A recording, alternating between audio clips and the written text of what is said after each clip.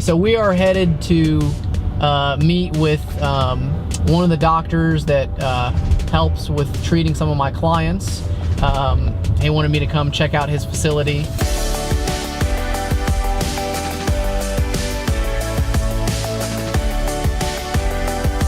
I think it's important for attorneys to make sure that the doctors that are treating their clients are professionals and they're qualified. So this is kind of like me making sure that, hey, you meet the standards and expectations of treating my clients. What's up, brother? Good to see you, man. Good to see you. So a day in the life of... A day in the life of CEO lawyer, baby. Yeah, so... where we get to meet the awesome Dr. Vargas. This is the Atlanta Spine Center. We're at 25th and Peachtree here on the border of Midtown and Buckhead. Yeah, we call it Bucktown. Bucktown. the little border town here of Midtown and Buckhead. This is a typical chiropractic room. I practice majorly at it here. You have a very interesting looking table, has different segments on it. It allows us to treat many different conditions and many different body types. So there's a common misconception about chiropractors, and maybe you can clear this up. So I'm just going to ask you on the spot. Yes. You know, how do chiropractors help in a car accident situation? Well, it's obviously physical trauma, right? So you have a vehicle that gets hit, and there's a lot of forces involved there, so there's a lot of structural damage, right? When I tell people, if you have a chemical problem, that requires a chemical solution. If you have a structural problem, that requires a structural solution. So medical doctors don't do the actual adjustment, the manipulation. Correct. So it is very important, and it is ideal if you can have a relationship where a chiropractor and a medical doctor are working together, so you can get that patient comfortable, but also you can you can apply that structural correction. Therapies would include something like this little machine here that does electrotherapy. So, and also you can see it has an ultrasound head. This hydroculator here. That just performs moist heat. I'm gonna stay on this thing. This dude is tall, man, making me look short. So we have what we have here is a vibration plate. So people tend to do some therapies, and I'll show you what that looks like. And as you can see, that platform shakes. So this is ideal for spinal stabilization of the lumbar spine. It also helps with disc hydration. Your foundation is shaking back and forth, and all the little muscles in your lower back are contracting and trying to stabilize your hips. Feel it on my sides too. Yes. Feel it on my jelly rolls. But this is a great way for patients to introduce them into spinal stabilization without them actually having to do exercises. So a lot of people don't know that chiropractors can offer all of these things. People think you go to a chiropractor to get your back pops. They don't know that there's muscle stimulation techniques. They don't know that they do some massage therapy. They don't know that there's, besides the manual techniques, there's other therapeutic exercises. Yes. There's electrical stimulation. There's heat. There's a bunch of stuff that we do, but obviously our claim to fame and the things that make us famous is the manipulation / the adjusting, the snap, crackle, pop. That felt weird. But feel more stable.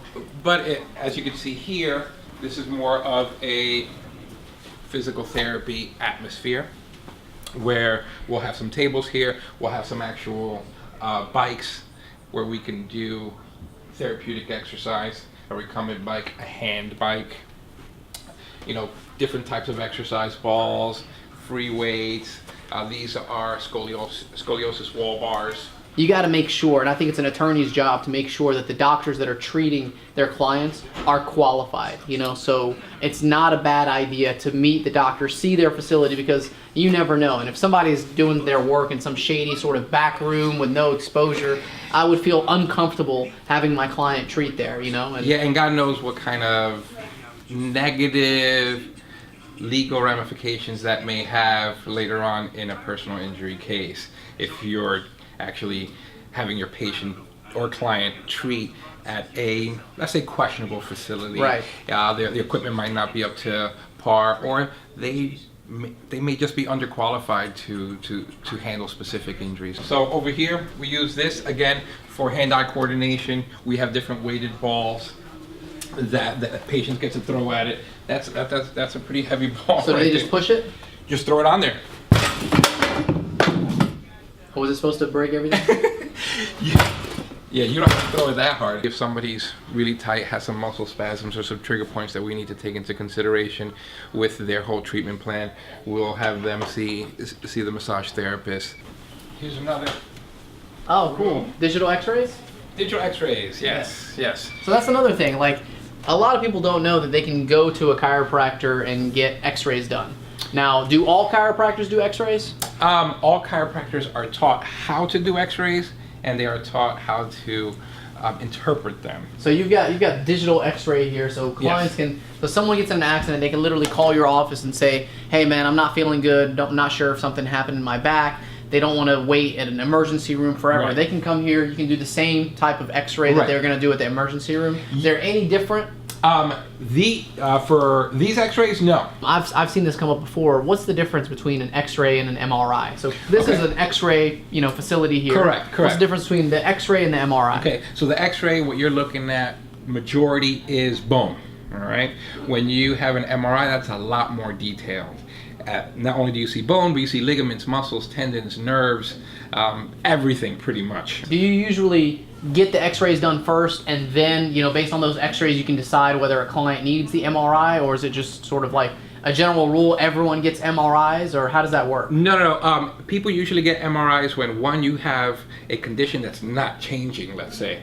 Let's say you have the same pain, it doesn't change your characteristics or location, that kind of sends red flags. If you have radiating pain, numbness, tingling, that stuff, we're like, this patient may need an MRI, because now we're thinking that there's some sort of nerve involvement. That's I think the main purpose of all of this is, if you're involved in an accident and you go to a doctor and you're not getting better, that's a problem. You need to consult with your doctor, or you need to find someone else. So usually, how long do you think it should be before someone decides, okay, I'm not feeling better, I've been treating for this much time, I should do something else? I think if you're at a location for 4 weeks and you don't notice any improvement, at least 30-40%, something else is going on. That's a great opportunity for you to get either an MRI or just be evaluated by some other type of specialist. And what if you're feeling worse? Is that normal for someone to go to a chiropractor and feel worse? So you may be a little bit sore after your first manipulation because you just never had that done before. However, that feeling is most closely associated with you going to the gym and you feeling sore, muscular soreness. But it shouldn't be more pain. But it shouldn't be more pain. If there is more pain, there's something underlying going on that we're not aware of. Repeat that. There's something underlying that we're not aware of that we need to investigate a little bit further. So if there's more pain, there's something that is being missed. Yes. So you shouldn't go to any doctor. This is not just chiropractor or medical doctor or physical therapist or anything. Any doctor that you go to and you've been treating with them and you're getting worse, that's a problem. That's a problem. That was cool. Got educated.